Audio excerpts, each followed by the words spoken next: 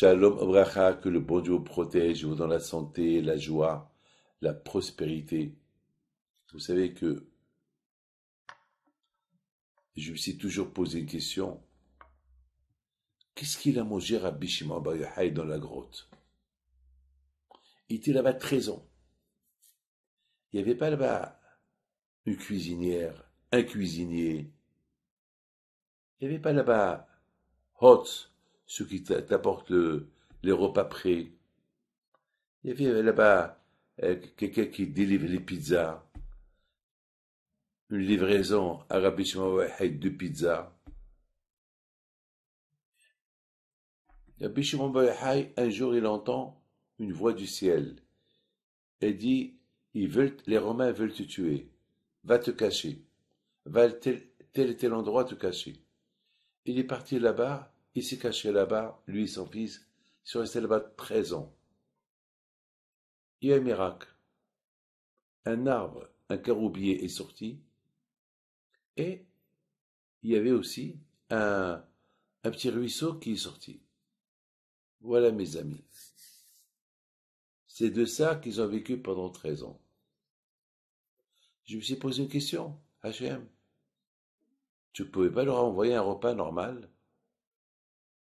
Vous savez que le prophète Eliaou, il s'est sauvé parce qu'il y avait Ahav, le roi d'Israël, qui voulait le tuer. C'est comme ça que c'est écrit. Il s'est sauvé dans le désert. Et pendant 40 jours, il y avait les corbeaux, des grands corbeaux, ou des aigles, qui lui apportaient à manger de la cuisine cachère de Ahav. Et il mangeait. Vous savez que lorsque le prophète Daniel il était jeté dans une grotte où il y avait des lions, pendant quelques jours, c'était le prophète Habakkuk qui lui apportait à manger. Il venait. Vous savez, mes amis, que Hachem, il a des moyens. Vous savez que les Juifs, dans le désert, pendant 40 ans, ils ont mangé la manne. Alors je ne comprends pas. Comment Rabbi Shimon bar Yochai, il a mangé que des caroubes. En plus, ces caroubes-là, il y a des noyaux dedans. Tu n'as même pas un plaisir pour les manger. Il faut faire attention pour ne pas que tu te casses une dent. Manger ça pendant 13 ans, je comprends pas.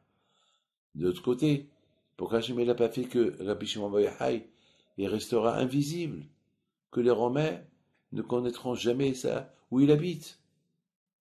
C'est tout. Vous savez, mes amis, Hachem, il peut faire beaucoup de choses. On a la Emouna. Vous savez, une fois, Rabbi Shimon bar Yochai, ses élèves, ils lui ont dit, pourquoi on n'a pas d'argent?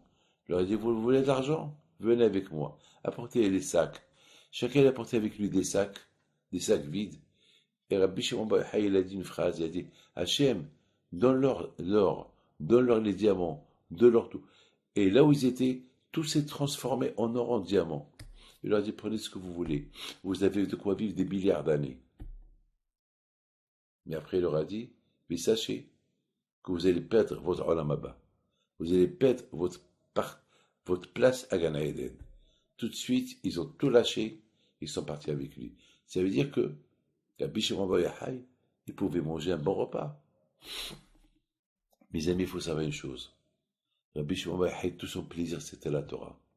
Il ne voulait pas utiliser sa bouche pour avoir des plaisirs, des repas. Son corps était spécial. Le corps de Rabbi Shimon bar Yochai, c'était rien que pour le plaisir de la Torah. C'est tout. Et même le manger, il n'avait pas de plaisir de le manger. Alors qu'Hachem lui a donné que des caroubes. Même pas des caroubes qui peuvent lui donner un grand plaisir. Il y avait là-bas à l'intérieur, il y avait là-bas des petites pierres rondes, dures, que lorsque tu manges les caroubes, il faut faire attention de ne pas beaucoup les mâcher. Moi, je me rappelle une fois, j'ai cassé une dent à Tou Bishvat, parce que j'ai pris un caroube pour faire chez Hiano, et j'ai pas fait attention, et j'ai mâché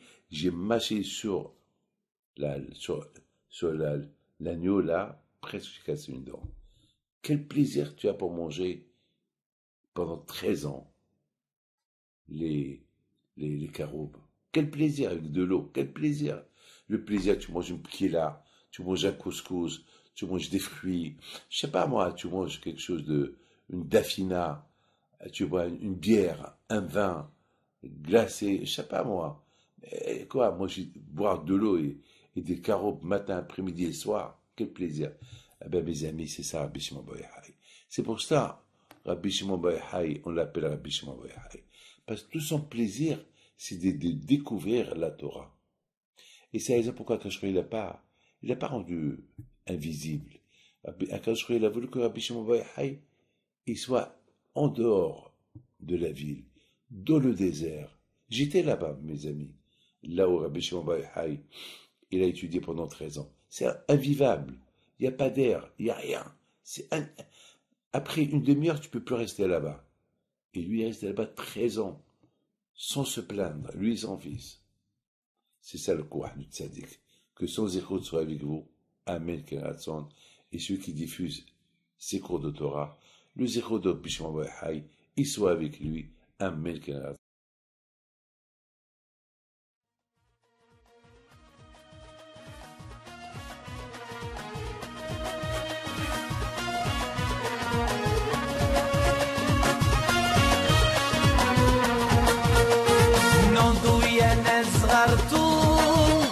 على ربيع حيم بنتم وقف لنا زي خوتم يا وز خوت